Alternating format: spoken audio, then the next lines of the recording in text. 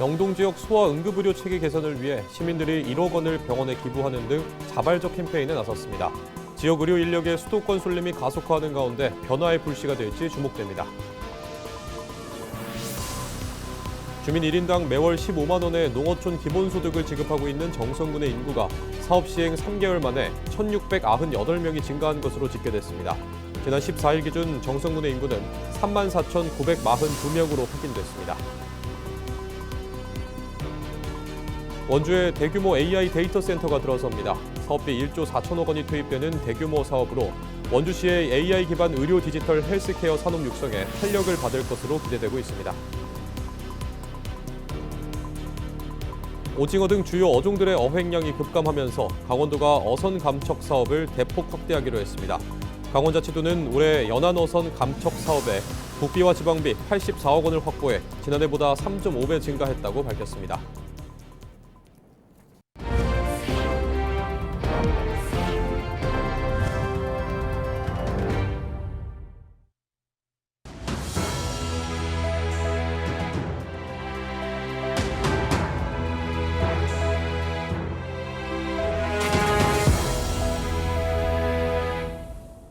시청자 여러분 안녕하십니까?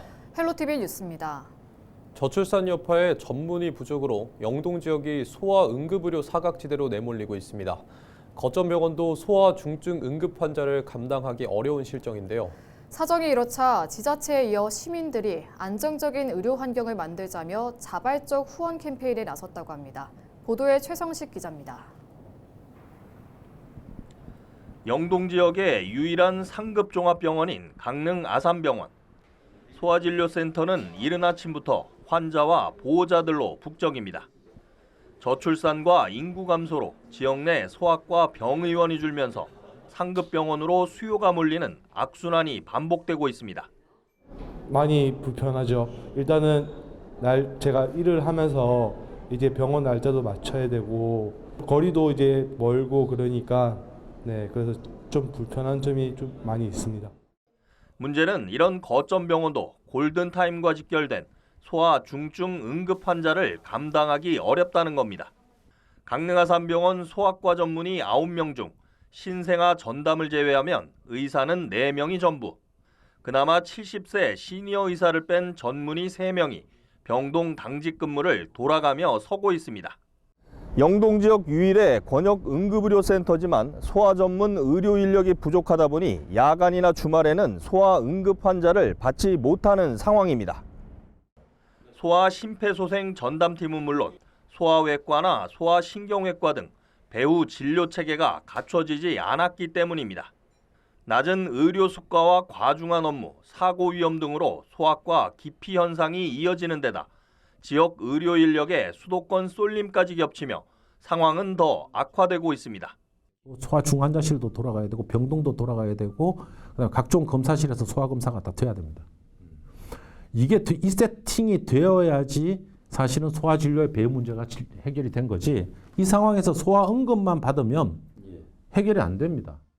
이런 현실 속에 어린이를 위한 안정적인 진료 환경을 만들자는 시민 참여형 후원 캠페인이 시작됐습니다. 강릉 시민 10명이 후원단체를 꾸려 1인당 1,000만 원씩 모두 1억 500만 원을 강릉 아산병원에 기부했습니다.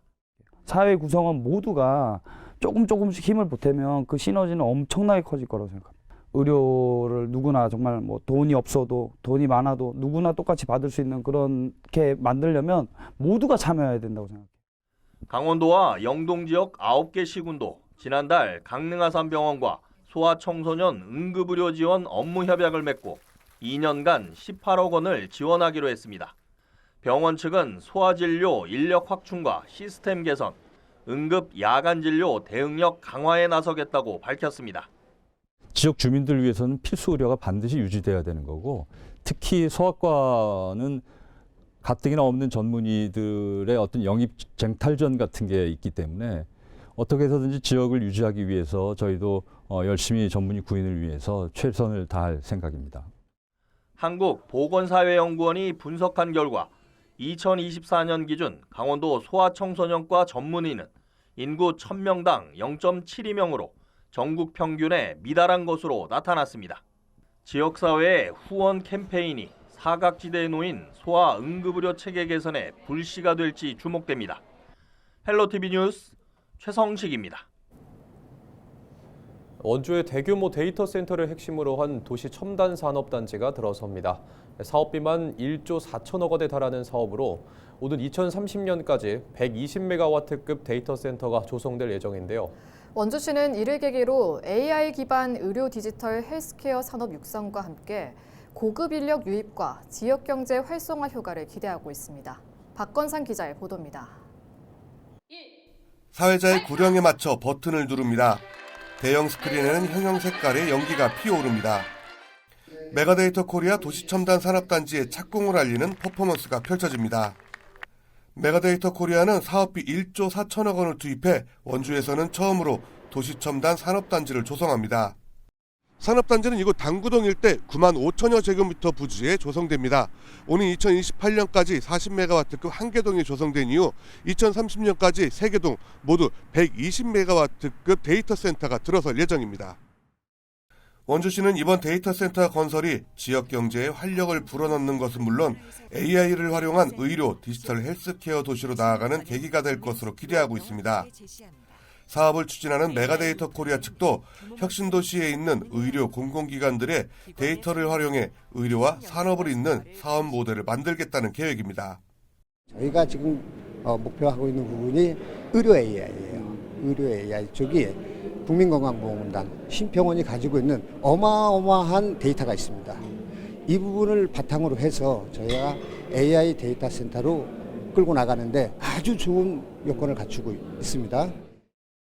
데이터 센터 안에는 연구시설도 함께 들어설 예정입니다.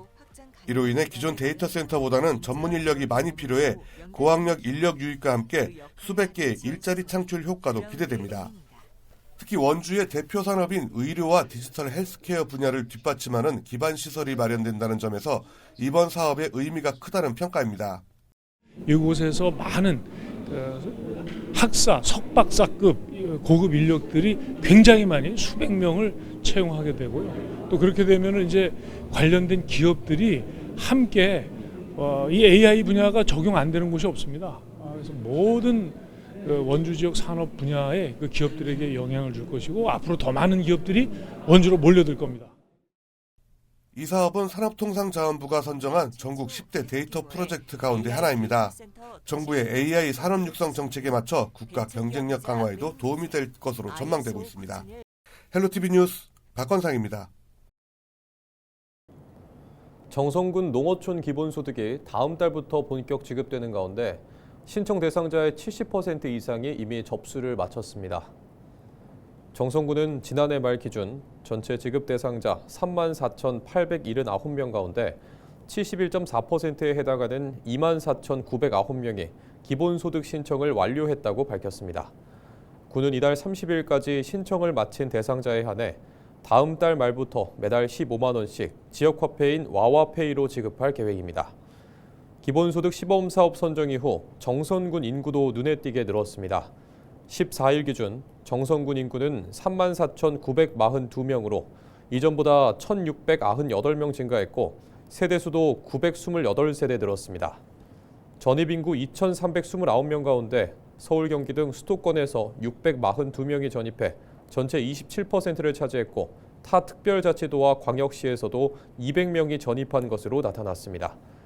강원도 내 다른 시군에서는 1,046명이 정선으로 옮겨와 전체 전입 인구의 44%를 차지했으며 원주와 강릉, 태백 순으로 전입자가 많았습니다. 오징어 등 주요 어종들의 어획량이 급감하면서 강원도가 어선 감척 사업을 대폭 확대하기로 했습니다.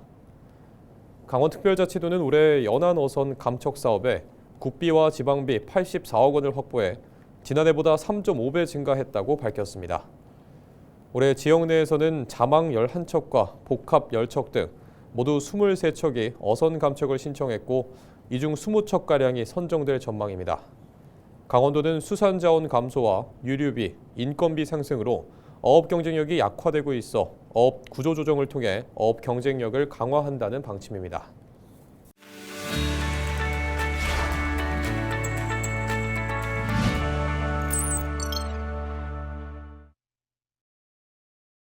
우리 지역 국회의원들의 활동 소식을 전해드리는 국회는 지금입니다. 지난 한 주 도내에서는 여야 강원특별자치도당이 잇따라 신년 인사회를 열었습니다. 새해를 맞아 한자리에 모인 여야 정당은 다가오는 6월 지방선거에서 필승을 다짐하며 본격적인 선거체제 돌입을 선언했습니다. 먼저 국민의힘 도당은 지난 14일 호텔 인터뷰국 원주에서 신년 인사회를 개최했습니다. 국회의원과 도지사, 시장 군수, 광역기초의원 등 선출직뿐 아니라 당직자, 당원 1000여 명이 참석해 지방선거를 앞두고 뜨거운 열기를 보였는데요. 국민의힘 도당은 어려운 시기를 뒤로하고 지방선거 압승으로 강원시대를 지켜내자고 목소리를 높였습니다. 도지사 선거, 시장 군수 선거에서 반드시 승리함으로써 우리가 국민들께 책임지는 책임 정당의 이런 위치를 반드시 지켜내야 할 것입니다. 더불어민주당 도당은 지난 15일 춘천 스카이 컨벤션 웨딩 컨벤션홀에서 신년 인사회를 가졌습니다. 역시 도내 국회의원과 시장 군수, 광역기초의원 등 선출직을 포함해 당직자, 당원 등 1000여 명이 참석했습니다. 민주당 도당은 신년 인사에 이어 지방선거 필승 결의, 피켓 퍼포먼스 등으로 결속력을 다졌습니다. 6.3 지방선거는 국민의힘을 비롯한 이 내란 세력들을 척결하고 민생 경제를 회복하기 위한 너무나도 중요한 변곡점입니다. 도내 국회의원들은 여야 각 정당에서 핵심 역할을 맡으며 존재감을 드러내고 있습니다. 더불어민주당 송기현 의원은 당내 핵심 정책기구인 기본사회위원회 수석 부위원장을 맡았고 지난 13일 출범한 국회 정치개혁특별위원회 위원장으로도 임명됐습니다. 도내 의원 가운데 유일하게 정개특위에 포함된 송 의원은 오는 6월 3일 지방선거를 앞두고 선거구 획정 논의 등에서 중추적인 역할을 할 것으로 기대됩니다. 국민의힘 원내 수석 부대표로 활동 중인 유상범 국회의원은 지난 한 주 당 안팎의 협상을 주도하며 야권의 핵심 실무 역할을 이어갔습니다. 여당이 추진하는 특검 법원과 검찰개혁을 둘러싼 현안에 대해 당의 전면에 나서 비판의 목소리를 냈습니다. 해외 출장 소식도 이어졌습니다. 민주당 허영 의원은 지난 4일부터 열흘간 알제리, 튀니지, 이집트 등 3개국을 순방하고 지난 13일 귀국했습니다. 한국, 알제리, 튀니지, 이집트 의원 친선협회 이사 자격으로 방문한 이번 출장에서 아프리카 지역 내 높아진 K-팝의 위상을 직접 확인했다고 밝혔습니다. 국회 아프리카 포럼에 참여하며 의원 외교를 맡고 있는 이양수 의원도 연초 아프리카 출장길에 올랐다가 국민의힘 도당 신년 인사회 등 주요 일정을 소화하기 위해 일정을 조정해 조기 귀국한 것으로 전해졌습니다. 지금까지 국회는 지금이었습니다. 강원특별자치도가 올해 가축 전염병 예방과 동물복지 강화를 위해 438억 원을 투입합니다. 예산 세부 내용을 보면 백신 등 가축질병 예방약품 지원과 통제 초소 운영 등 방역 분야에 368억 원, 놀이터 설치 등 반려동물 분야에 36억 원을 편성했습니다. 또 올해부터는 민간 검사기관 구제역 항체 검사와 염소질병 예방 지원 등 신규 사업을 추진합니다. 춘천시가 지역 대학과 협력해 대학별 특화과정 방학 캠프를 운영합니다. 겨울방학 캠프에서는 바이오와 AI를 중심으로 한 프로그램이 진행되며 초중 고등학생 230명이 참여합니다. 방학 캠프는 대학의 전문 장비와 인력을 활용해 학생들에게 진로 탐색 기회를 제공하기 위해 마련됐습니다. 홍천군이 군용 비행장과 사격장 소음 피해 주민을 대상으로 피해 보상금 신청을 받습니다.